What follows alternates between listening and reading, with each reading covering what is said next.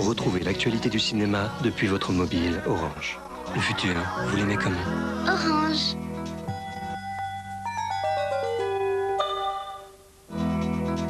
En route pour le raid avec Orange.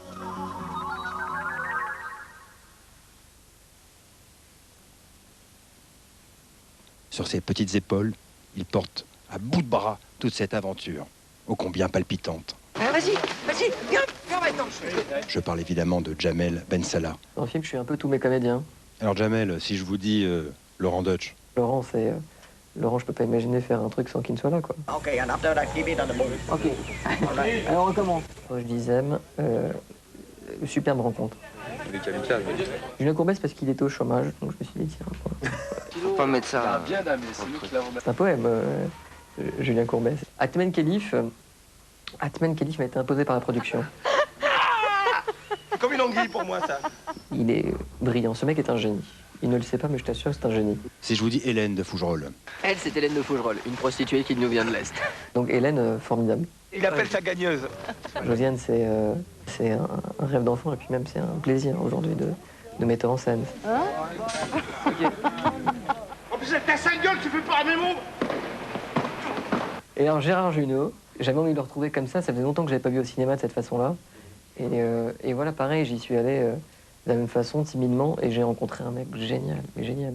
Alors, au nom de toute l'équipe, de la France entière, du monde, de Neptune, Allez, c'est coupé, Jupiter, on vous dit merci, évidemment.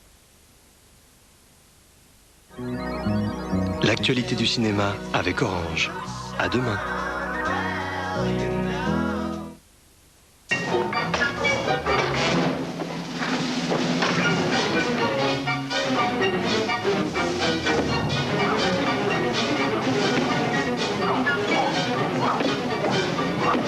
Hier soir, autour des Oscars, vous avez vu Gladiator, le film de Ridley Scott. Ce soir, vous allez voir Spartacus, le chef-d'œuvre de Stanley Kubrick, suivi de Le fils de Spartacus, le film avec Steve Reeves de Sergio Corbucci, suivi encore du Spartacus de Riccardo Freda, un grand chef-d'œuvre méconnu et assez proche en vérité du film de Kubrick. Ce sont donc des péplums.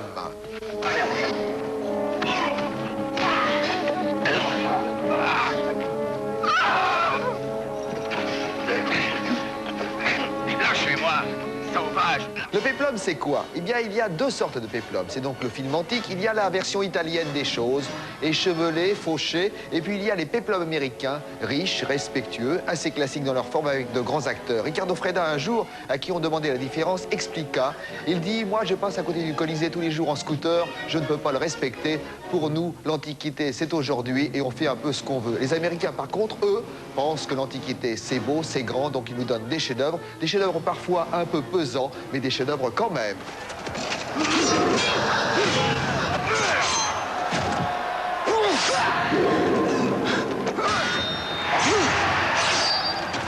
On peut dire que Spartacus et Gladiator ont plus d'un point commun. Ils sont ce qu'on peut appeler le tombeau du genre, le tombeau du péplum.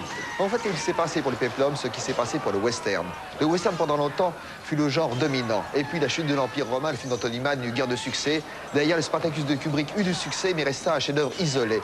15 ans ou 20 ans passèrent, maintenant voici Gladiator de Ridley Scott. N'empêche qu'il n'y aura peut-être plus jamais de péplum, même si aujourd'hui, un Polonais, Kabelerowicz, vient de finir un Quo Vadis. Un des points communs très forts entre Spartacus et Gladiator, c'est également le choix des acteurs principaux. Comme si l'Antiquité était quelque chose de difficile à percevoir, on choisit à chaque fois un acteur définitivement dans son époque contemporaine. Kirk Douglas était évidemment l'acteur le plus américain contemporain de sa génération. On l'a pris pour Spartacus. Et maintenant, c'est Russell Crowe. Histoire, en quelque sorte, de montrer que vous et moi, nous aurions pu être des personnages antiques. N'êtes-vous pas rassasiés? Ne vous êtes-vous pas assez divertis? N'êtes-vous pas là pour ça? L'autre point commun, c'est qu'on a apporté dans ces deux films, dans Gladiator comme dans Spartacus, une grande attention aux méchants. Dans Gladiator, vous le savez, c'est Commodus, qui est joué par Joaquin Phoenix. Dans le film précédent, c'était Laurence Olivier. La grande différence, ce sont tous les deux des acteurs merveilleux, ils sont tous les deux formidables. La grande différence, c'est qu'aujourd'hui, on veut des acteurs jeunes. À l'époque, on pouvait prendre Laurence Olivier. Maintenant, il faut que même le méchant soit un teenager. Il y a également entre ces deux chefs-d'œuvre que sont Gladiator et Spartacus des scènes presque communes. L'entraînement des gladiateurs se ressemble énormément, c'était inévitable. Et puis il y a également l'entraînement au combat des légions qui est traité de manière semblable.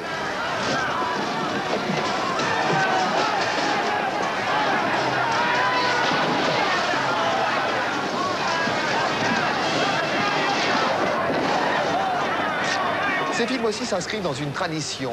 Il y a une chose curieuse, par exemple, quand Ridley Scott a fait Gladiator, il a dit qu'il s'était inspiré des peintures du début du siècle de Alma Tadema. Eh bien, savez-vous qu'un des premiers péplums de l'histoire du cinéma, Le Signe du Païen, de Cécile B. DeMille, était inspiré par les peintures d'Alma Tadema. Et puis il y a aussi le fait que le Spartacus de Freda et celui de Kubrick ont forcément la même histoire. Quant à Gladiator, c'est plus simple. L'histoire est exactement celle de la chute de l'Empire romain d'Anthony Mann avec plus de combats. Pour la petite histoire, sachez que Anthony Mann devait réaliser Spartacus. Il commença, puis il se brouilla avec le producteur Kirk Douglas et fut remplacé par Stanley Kubrick. Le symbole du Sénat. Toute la puissance de Rome. Voilà ce qu'ils ont fait du pouvoir de Rome.